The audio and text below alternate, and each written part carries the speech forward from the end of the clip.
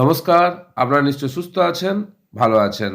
গত ১লা ফেব্রুয়ারি অর্থাৎ ১-২-২০২৬ তারিখে কেন্দ্রীয় বাজেট পেশ হয়েছে এবং সেই কেন্দ্রীয় বাজেট পেশ হওয়ার সময় আয়কর আইনের অনেক কিছু পরিবর্তনের কথা ঘোষণা করা হয়েছে এবং মানুষের সুবিধার্থে আয়কর ব্যবস্থায় বিশাল পরিবর্তনের প্রস্তুতি নেওয়া হয়েছে। আগামী ২০২৬ সালের ১লা এপ্রিল থেকে দেশে কার্যকর হতে চলেছে এই নতুন আয়কর আইন, যা করদাতাদের জন্য অনেক স্বস্তি নিয়ে আসবে।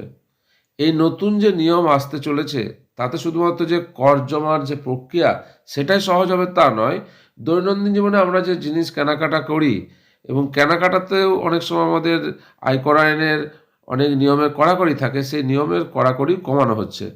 প্যান কার্ড ব্যবহার থেকে শুরু করে বাড়ি ভাড়ায় কর ছাড় প্রতিটি ক্ষেত্রেই আসছে উল্লেখযোগ্য পরিবর্তন। অনেক কিছু কাজে এমনকি বড় কেনাকাটা লেনদেনের সময় প্যান কার্ড দেখানোর বাধ্যবাধকতা আগে ছিল, সেই প্যান কার্ড দেখানোর বাধ্যবাধকতা নতুন নিয়মে অনেকটাই কমানো হয়েছে, যা সাধারণ মানুষের জন্য অত্যন্ত স্বস্তিদায়ক।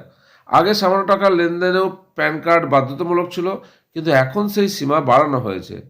আপনি যদি কোনো গাড়ি কেনেন, এখন থেকে ৫ লক্ষ টাকার বেশি মূল্যের গাড়ি বা বাইক কিনলে তবেই প্যান কার্ড লাগবে। আগে কিন্তু যে কোনো গাড়ি কিনতেই এই প্যান কার্ড আবশ্যক ছিল।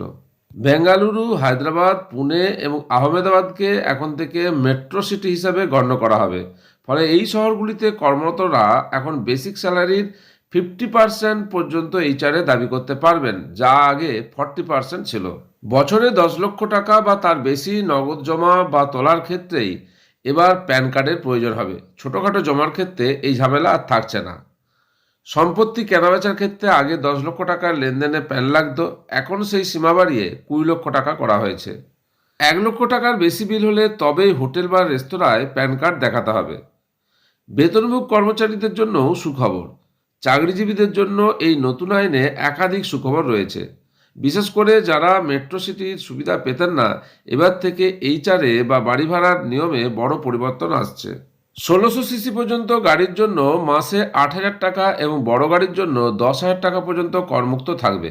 এছাড়া অফিস থেকে পাওয়া খাবারে প্রতি মিল ২০০ টাকা পর্যন্ত এবং বসের থেকে পাওয়া ১৫,০০০ টাকা পর্যন্ত উপহারে কোনো কর লাগবে না। আইটিআর ফর্মে অটোমেশন ও ক্রিপ্টো নিয়ম ২০২৬-২৭ অর্থবর্ষে রিটার্ন ফাইল করার প্রক্রিয়াটিকে সরকার সিঙ্গেল ক্লিক ব্যবস্থায় নিয়ে যাচ্ছে। ফর্মগুলি আগে থেকেই পূর্ণ অর্থাৎ প্রিফিল্ড থাকবে।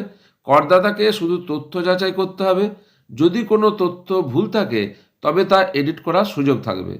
তবে যারা ক্রিপ্টোকারেন্সিতে বিনিয়োগ করবেন তাদের জন্য নিয়ম করা হচ্ছে।